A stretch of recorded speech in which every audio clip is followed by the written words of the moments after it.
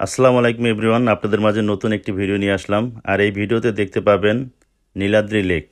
নীলাদ্রি লেকের পার এবং চারপাশের সৌন্দর্য দেখানোর চেষ্টা করব, তো ভিডিওটি স্কিপ না করে দেখতে থাকুন। প্রথমে আমরা দি হাউস বোটটি ভাড়া করে নিই, আর এই হাউস বোটের মাধ্যমে আমরা হাওরটার আঁকাবাঁকা নদীর শাখা ধরে অনেক জায়গায় ঘোরাফেরা করি। বোটে ওঠার পরে আমাদের প্রথম স্থান ছিল ওয়াচ টাওয়ার।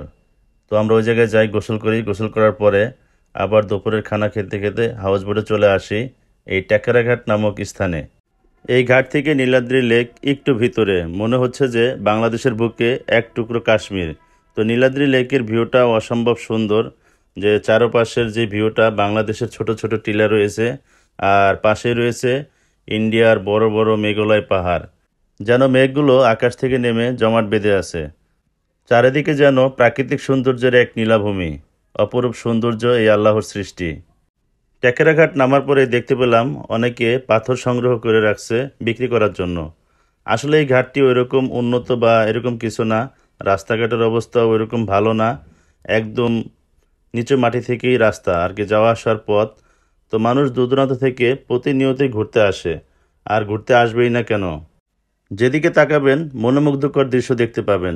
এই জন্য বর্তমানে খুব মোস্ট পপুলার একটি জায়গা সুনামগঞ্জের এই স্থানটি।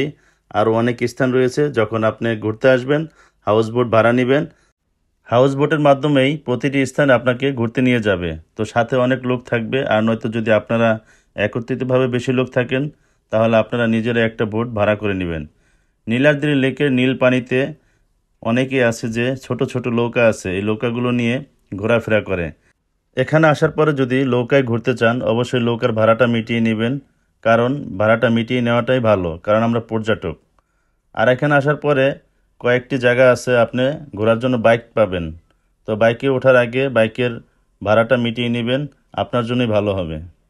বর্ষা মৌসুমে সুনামগঞ্জে অনেক লোক ঘুরতে আসে, আর স্পটের ভিতরে এই নীলাদ্রি লেক হচ্ছে অন্যতম সৌন্দর্য একটি জায়গা। নীলাদ্রি লেকের ওই পাশে দেখা যাচ্ছে ইন্ডিয়ার মেঘালয় পাহাড়, আর এই পাহাড়ের কিছু অংশ হচ্ছে বাংলাদেশের ভিতরে। আর লেকের পাশ দিয়ে রয়েছে আঁকাবাঁকা মেঠো পদ্মর একটি রাস্তা।